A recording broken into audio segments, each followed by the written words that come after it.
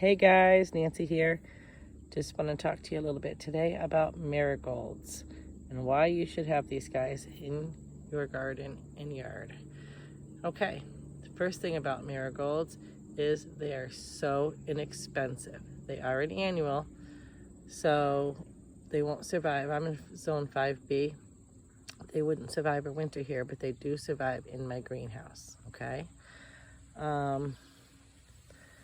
They are so inexpensive. I bought my first 6-pack a box store, either Home Depot or Walmart or something, a few years back. I paid $1.98 for the 6-pack of them, and I've never had to buy marigold seeds again. This is one plant right here. This is one plant that came from one seed. Okay, has all these blooms right here. That one plant. This is another, all these blooms. Okay, so there's not that many, you don't have to put many plants to have a lot of blooms. They just keep getting bigger and bigger.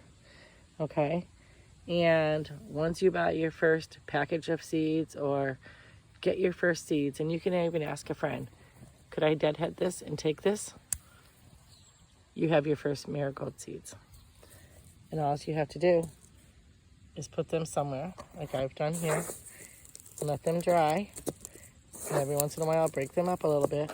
I let mine go a week to 2 weeks on the newspaper, depending on the moisture in the air. And once they're completely dry, I either plant them, depending on the time of the year. I'm in zone 5B, so like I said, mine don't survive the winter. So I'll put mine in a container like this. And as you can see, I literally have thousands and thousands of seeds in here. And I will have so many next year, and I'll give them away and grow them and sell the flowers, the plants. And this is just this week's, the last couple days worth of, and I have to deadhead today. So this is what I'm doing, is deadheading. So to deadhead is you take off the dead blooms. And once you take off the dead bloom, you'll get another bloom in that place, okay? Take off the dead bloom, get another bloom in its place. And then your flowers will stay looking full and fresh like this, okay? And all you gotta do is scan through it. There's a dead one. And you pop it off, okay? And that's it. That's really all there is to it.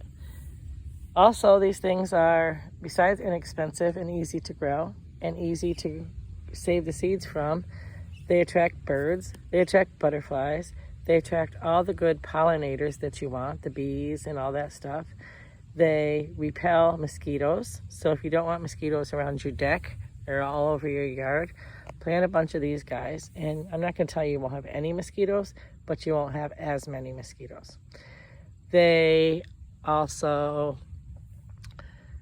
repel certain kinds of worms and slugs and beetles and things that are harmful that will come and eat your garden. So they're good to plant in your vegetable garden around your tomatoes and things like that.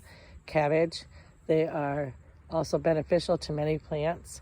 So I don't know what it is, I'm not a scientist, but something in the chemical balance of these guys benefits the other plants, like tomatoes and things like that.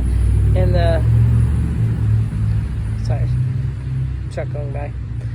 And the ones that they're not beneficial to, they're not harmful to. There's not any plants that they're harmful to. So they look great around a border. They look great in a flower bed. They look great in your vegetable garden. They repel stuff. They attract the good guys. Just deadhead it, and you'll get another bloom. So you keep getting more and more blooms. Okay? Also, these guys are medicinal. They have many medicinal qualities, good for varicose veins and rashes and other skin conditions, many qualities to these guys medicinally. There is a lot of things you can do with them. And food wise, they're totally edible. The leaves are edible, the flowers are edible. You can put them in salads. You can decorate a cake with them. They're totally edible and good for you. So you should plant these guys. Grab a couple seeds from a friend. Save them if it's too late in your zone until next year. And start your marigold journey. Because once you start these guys, you'll always have them. You'll have them to give away. You'll have them to sell. The seeds, the flowers. You'll have them all over your yard, which is good for everything in your yard, honestly. So go ahead. Grab yourself some seeds.